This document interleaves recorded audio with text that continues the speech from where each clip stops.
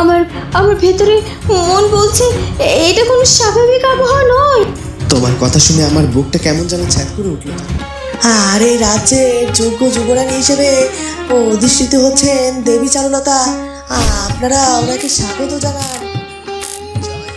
চারু, বাবা যখন সিংহাসনে বসতেন ওনার সিদ্ধান্ত রাজ্যকে রক্ষা করত। আমি কি পারবো বাবার মতো এত বড় রাজধর্ম সঠিকভাবে পালন করতে? হেমরাজের রাজপ্রাসাদের স্বভাব। মন্ত্রী মশাই, প্রজা সাধারণের জন্য যে শস্য গুদাম খোলার কথা ছিল তার কাজ কতটুকু এগোলো? আমাদের রাজ্যে যেন কোনো গরিব প্রজা। তুমি এখানে একা একা ঘুরছো আর আমি তো ঘরে একা বসে ভয়ে মরছি। হঠাৎ পুরো প্রাসাদটা না কেমন যেন বরফের মতো। মীরা, মায়ের ওষুধগুলো সব তাকের উপর সাজিয়ে রেখে দিয়েছি। আর ক্ষেতের জন্য সার এনেছিলাম, সেটাও গোয়াল ঘরে। গভীর রাতের অন্ধকার ঘিরে রয়েছে ঘরটিকে। ঘরের কোণে ভেসে থাকা মায়াবী ঘন কালো ছায়াটি ধীরে ধীরে অরুণের ও চারুলতার দিকে ধেয়ে আসছে। অরুণ উঁচিয়ে রেখেছে খোলা তলোয়ার আর চারুলতা স্থির চোখে সামনে দাঁড়িয়ে আছে। খবরদার, এক পাও এগোবি না। আমার সিংহাসন বা আমার মহারানীর গায়ে এক ফোঁটাও আঁচ লাগানোর আগে তোকে আমার এই তলোয়ার পার হতে হবে।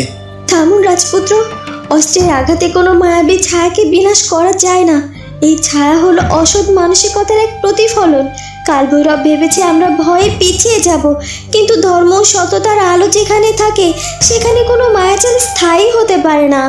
চারুলতা দু চোখ বন্ধ করে এক মনে প্রার্থনার মন্ত্র উচ্চারণ করতে লাগলো। চারুলতার শরীর থেকে যেন এক অদৃশ্য পবিত্র জ্যোতি ঠিকরে বের হতে শুরু করলো। সে আলো স্পর্শ লাগতে ঘরের কোণের ঘন কালো ছায়াটির যন্ত্রণায় ছটফট করতে লাগলো এবং এক ভয়াল গর্জন করে উঠল। চারু, দেখো ছায়াটা কিভাবে ব্যাকুল হয়ে ছটফট করছে। তোমার আত্মিক শক্তির সামনে ও দাঁড়াতে ভয় পাচ্ছে। অসত্যের ক্ষমতা কেবল ক্ষণিকের রাজপুত্র, সত্যের শক্তি চিরন্তন। চলে যাও এই পবিত্র ঘর থেকে। তোমার কোনো মায়াজাল আমাদের স্পর্শ করতে পারবে না। কালো ছায়াটি আর সহ্য করতে না পেরে জানালা দিয়ে ধোয়ার মতো বেরিয়ে রাতের আকাশে মিলিয়ে গেল। ঘরের আবহাওয়া ধীরে ধীরে স্বাভাবিক ও উষ্ণ হয়ে উঠল। চারু, তুমি না থাকলে আজ কি যে হতো জানি না। কালভৈরব এখন প্রতিনিয়ত আমাদের এভাবে আক্রমণ করার চেষ্টা করবে। রাজপুত্র, ভয় পেলে চলবে না। কালভৈরব জানে যে তলোয়ার দিয়ে তাকে আটকানো যাবে না, তাই সে অদৃশ্য শক্তির সাহায্য নিচ্ছে। আমাদের প্রতিটি পদক্ষেপ এখন থেকে দ্বিগুণ সতর্ক থাকতে হবে। হেমরাজের রাজপ্রাসাদের বাইরের অন্ধকার করিডোর, হাতে জ্বলন্ত মশাল নিয়ে নিস্তব্ধ প্রাসাদে পাহারা দিচ্ছে যোগু মশাই। ঠিক তখনই পা টিপে টিপে চিন্তিত মুখে এসে উপস্থিত হলো জয়া। ও মীরার বাবা, তুমি এখানে একা একা ঘুরছো আর আমি তো ঘরে একা বসে ভয়ে মরছি। হঠাৎ পুরো প্রাসাদটা না কেমন যেন বরফের মতো ঠান্ডা হয়ে গিয়েছিল। টের পেয়েছো তুমি? তুমি এই গভীর রাতে ঘুম থেকে উঠে এখানে চলে এলে কেন বলো তো? প্রাসাদ ঠান্ডা হতেই পারে, এখন তো রাতের শেষ প্রহর। তুমি ঘরে গিয়ে শুয়ে পড়ো তো জয়া। না মীরার বাবা, এটা সাধারণ ঠান্ডা নয়। আমার মন বলছে প্রাসাদের ভেতরে নির্ঘাত কোনো অশুভ শক্তি ঢোকার চেষ্টা করছিল। আমার বুকের ভেতরটা কেমন যেন ধুকপুক করছে গো। অরুণার চারুমা ঘরে ঠিক আছে তো? তুমি মিশামিশি ভয় পাচ্ছ জয়া। দরজার বাইরে ক্যাবলা নিজে পাহারা দিচ্ছে গো। আর সারুমায়ের সাথে তো সাক্ষাৎ উপরওয়ালার আশীর্বাদ আছে। ও পাশে থাকতে কোনো অশুভ ছায়া অরুণ বাবার কোনো ক্ষতি করতে পারবে না। ও মীরার বাবা, ও মীরার বাবা, মহারাজ চলে যাওয়ার পর এটাই তোদের রাজপ্রাসাদের প্রথম রাত। শত্রুরা কি বসে থাকবে? তুমি সকাল হলে একবার ভালো করে সব পাহারা পরীক্ষা করে নিও, বুঝলে তো? আমি তো সারা রাত জেগেই আছি। তাছাড়া রাতে পাহারাদার তো কম নয়। তুমি একদম চিন্তা করো না। সারুমা রাজপুত্র অরুণ আমাদের উপর ভরসা রেখে ঘুম আসছে। আমি আমার প্রাণের বিনিময়ে হলেও এই রাজপ্রাসাদ আগলে রাখবো গো। তুমি এখন গড়ে গিয়ে বিশ্রাম নাও। সকাল হতে আমাদের আর বেশি দেরি নেই গো। কালভৈরবের অন্ধকার মায়াবী গুহা। জাদুর আয়নার ব্যর্থ ছায়াটি মিলিয়ে যেতে দেখে ক্রোধে নিজের জাদুর লাঠি পাথরের মেঝেতে আছাড় মারল কালভৈরব। তার চোখে লাল আলো যেন হিংসায় ফুটছিল। চুরমার হয়ে গেল আমার এতদিনের কষ্ট করে তৈরি করা মায়াবী ছায়া চারুলতার এক প্রার্থনায় ছাই হয়ে গেল। ওই সাধারণ মেয়েটার ভেতরে এত তেজ কোথা থেকে আসে? না, এভাবে অদৃশ্য মায়াজাল পাঠিয়ে কোনো লাভ হবে না। চারুলতার আত্মার যে শক্তি, তাতে সাধারণ জাদু বা মায়াবী ছায়া কাজ করবে না। ওকে সরাতে হলে এমন এক চাল চালতে হবে যাও একদম ঘুণাক্ষরেও টের পাবে না। কালভৈরব তার জাদুর লাঠিটি আয়নার ওপর বোলাতেই আয়নায় ভেসে উঠল হেমরাজ্যের রাজপ্রাসাদের প্রবেশদ্বার। চারুলতা, তোর সবচেয়ে বড় দুর্বলতা হলো তোর দয়ার সরল মন। তুই আমার শত্রু হলেও কাউকে বিপদ দেখলে ঝাঁপিয়ে পড়িস। এবার তোর এই দয়াকে আমি তোর কাল বানিয়ে তুলবো, কোনো অদৃশ্য ছায়া নয়। এবার তোদের প্রাসাদে ঢুকবে এক রক্ত মাংসের মানুষ, যে হবে আমার কথা মতো চলা এক পুতুল। নতুন রাজা নতুন রানী সেজে তোরা খুব সুখে আছিস, তাই না? দাঁড়া, তোদের এই সুখের দিন আমি চিরকালের মতো ছাই করে দেব। চারুলতা নিজের হাতে নিজের বিপদকে রাজপ্রাসাদে ডেকে আনবে।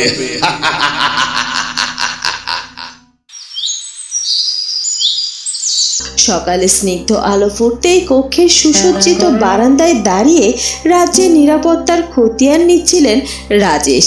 রাজেশ বাবু, আপনি কাল রাত থেকে এক ফোঁটাও ঘুমোননি। এভাবে নিজের শরীরের উপর অত্যাচার করলে কিভাবে চলবে বলুন তো? জেসমিন, ঘুমানোর সময় এটা নয়। হেমরাজ্যে অরুণ রাজা হয়েছে আর চারুদিদি মহারানী হয়েছেন। আমাদের উপর এখন শুধু ছোট অদিতির সুরক্ষার বিশাল দায়িত্ব। আমি জানি রাজেশ বাবু, মহারানী চারুলতা আর রাজা অরুণ এখন অনেক বড় শোক আর দায়িত্বের মধ্যে দিয়ে যাচ্ছে। চারুলতা দিদি আদিত্যকে হারিয়ে আমাদের অদিতিকে তার বুকের মানিক ভাবেন। আমাদের উপর ভরসা করে অদিতির সুরক্ষার জন্য অদিতিকে নিয়ে আমাদের মধুপুর রাজ্যে থাকতে বলেছে দিদি। হ্যাঁ জেসমিন, কালভৈরব অত্যন্ত চতুর। সে জানে অরুণের এই দুর্বল মুহূর্তে আক্রমণ করতে না পারলে পরে আর সুযোগ পাওয়া যাবে না। তাই মধুপুরের সীমানায় যাতে কালভৈরবের কোনো অনুচর ঢুকতে না পারে সেদিকে আমি কড়া নজর রাখছি। আপনি একদম ঠিক বলেছেন রাজেশ বাবু। আমি নিজে রোজ অদিতির ঘরের চারপাশটা পরীক্ষা করি। রাজপ্রাসাদের প্রহরীদেরকেও বলে দিয়েছি, অচেনা কোনো আলো বা ছায়া দেখলে সাথে সাথে যেন বাঁশি বাজিয়ে আমাদের খবর দেয়। খুব ভালো করেছো জেসমিন। মহারানী চারুলতা যেন নিশ্চিন্তে হেমরাজ্যের প্রজা পালন করতে পারে সেটা আমাদেরই সুনিশ্চিত করতে হবে। বিধাতা যেন আমাদের চারু দিদি আর অরুণ দাদাকে সব বিপদের হাত থেকে রক্ষা করে। হেমরাজ্যের চরণভূমি। ভোরের রোদ ফুটে উঠেছে চারদিকে সবুজ ঘাসের উপর। সোনা পাখি একটি আম গাছের ডালে বসে আছে। লালু, তুই কাল রাতে কিছু টের পেয়েছিলিস রে? আমি তো রাজপ্রাসাদের ছাদের দিকে তাকিয়েই বসেছিলাম। হঠাৎ দেখলাম এক অদ্ভুত কালো ধোঁয়া ছাদ থেকে বেরিয়ে আকাশে মিলিয়ে গেল রে। আমি তো তোকে আগেই বলেছিলাম সোনা পাখি, কালভৈরব এত সহজে ছেড়ে দেওয়ার পাত্র নয়। নতুন রাজা রানীর পরীক্ষা কাল রাত থেকেই শুরু হয়ে গেছে।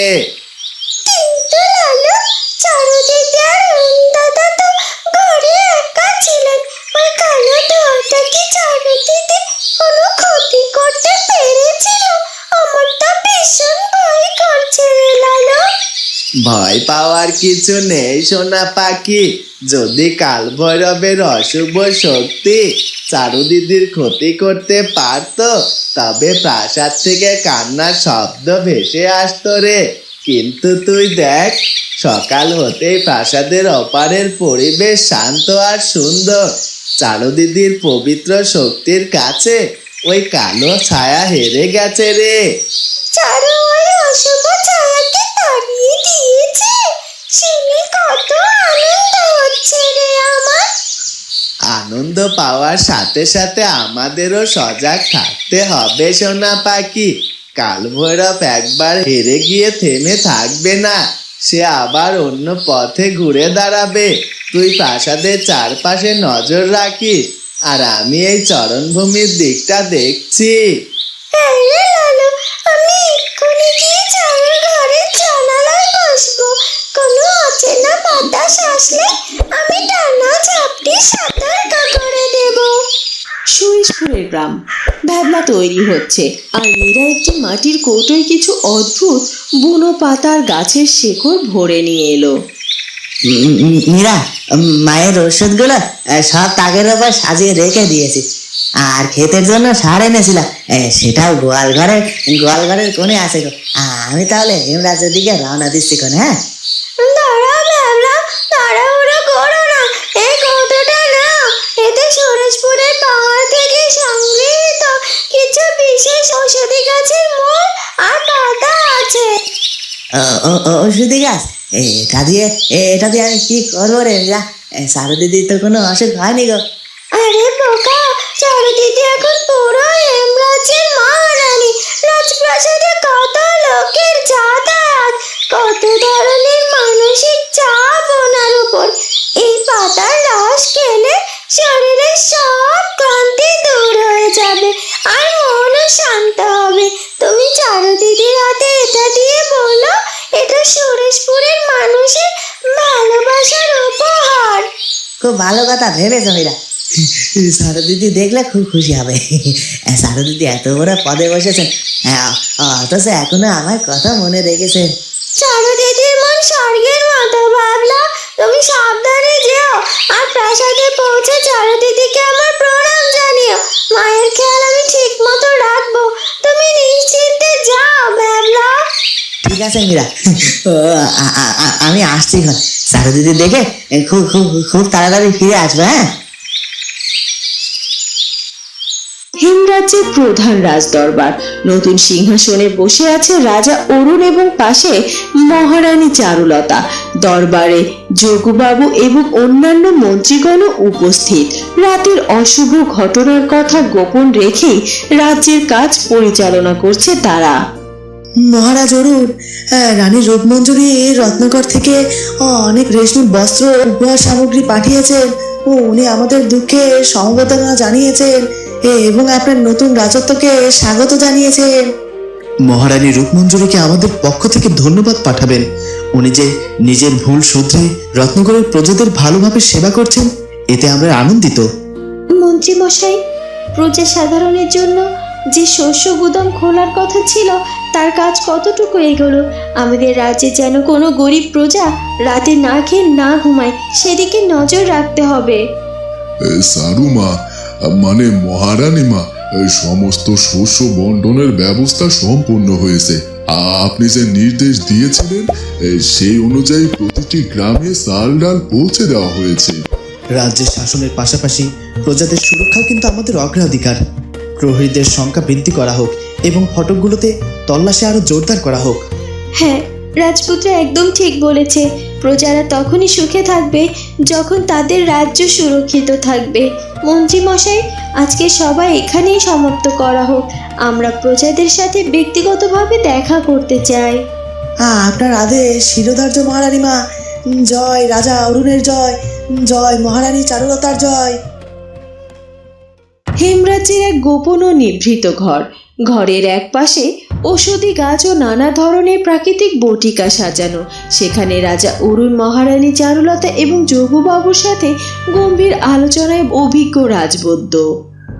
মহারাজ, রানীমা, আপনারা এই গোপন ঘরে আমাকে কেন ডেকে পাঠিয়েছেন? আমি চিন্তিত বোধ করছি। রাজ্য কি কোনো বিপদের মুখোমুখি হলো? রাজবৈদ্য মশাই, কাল রাতে আমাদের রাজকীয় শয়নকক্ষে এক অদ্ভুত ঘটনা ঘটেছে। প্রদীপের আলো নিভে গিয়েছিল এবং ঘরে এক ঘন অশুভ কালো ছায়ার প্রাদুর্ভাব হয়েছিল।